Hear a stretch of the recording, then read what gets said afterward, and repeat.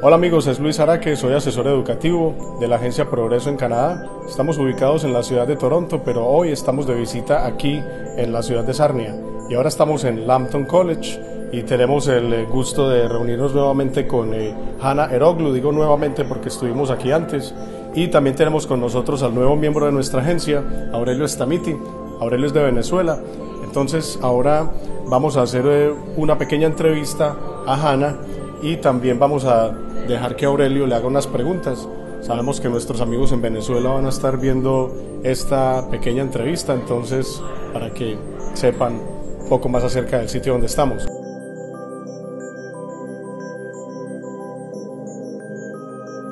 Campus life here at Lambton College is very welcoming, open, and safe for the students. We have plenty of activities related to from sporting events to social events. We also have something called the Mentor Program, and the Mentor Program matches our international students to a Canadian family, and the family can take them shopping, can invite them to their home for dinner, can take them to a social event like a parade or even to bowling. And this is helping the students integrate into our community, learning the language and learning the customs, and it's good for our community as well because they are exposed to international culture and people as well. Excellent. I also know, based on the previous conversations that we had, that when students study English, if they want to take a career, they can also do so without doing TOEFL or IELTS, and they can also be matched with an industry mentor. Absolutely. And then it's actually not too hard to get a job in Sarnia because we need people in Sarnia, right? Exactly. And what we do with our ESL program is if students don't have an IELTS or TOEFL exam, we do a placement exam and we test their grammar, listening, and speaking and writing skills. Dependent on that, they are placed in a certain level from beginner to advanced. Some students don't even require having to do the full one semester. They can only do one class called EAP 4106, which is the reading and writing, if their TOEFL score or their IELTS score is at about a 5.5. And all that information is also on the website about the admission requirements. So there is a direct pathway from ESL into the academic program, and then if the program is a co-op program, then into a work placement opportunity.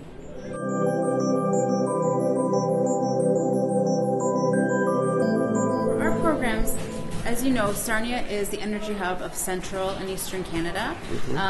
For us, the international or multinational companies are located here. Some of their head offices are also here. So we have a direct link with the energy sector.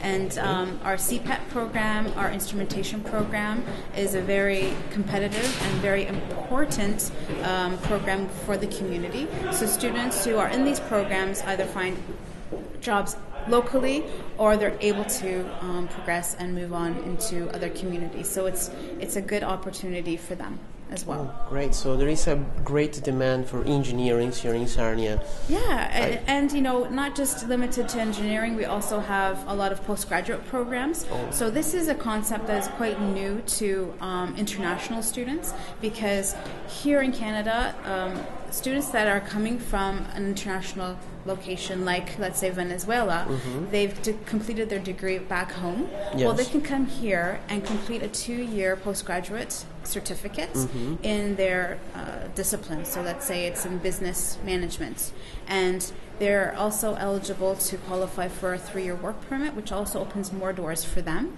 So they're specializing in what they've already graduated back home in, and this also gives them an opportunity to transfer that experience, international and educational experience, in the workplace.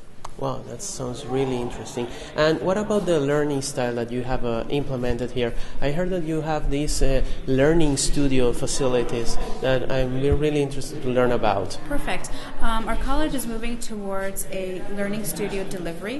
What that means is we have these classrooms that facilitate more student-centered deliveries compared to a typical professor lecture-based. So there are lots of group discussion, class activities, and the teacher moves around and facilitates the class activities that way. Whereas a typical delivery would be the centering on the teacher, and the students are in a lecture taking notes. Yeah. So research shows that students who learn in these types of learning studios retain the information better, whereas if they're taking notes, the retention is about 10 to maybe 15 to 20%. So our model, and on top of that, we're also doing something called mobile learning, so including mobile technology in the classrooms with apps, with iPads, etc. So students are, in some programs, required to have either a laptop or a mobile device within the program.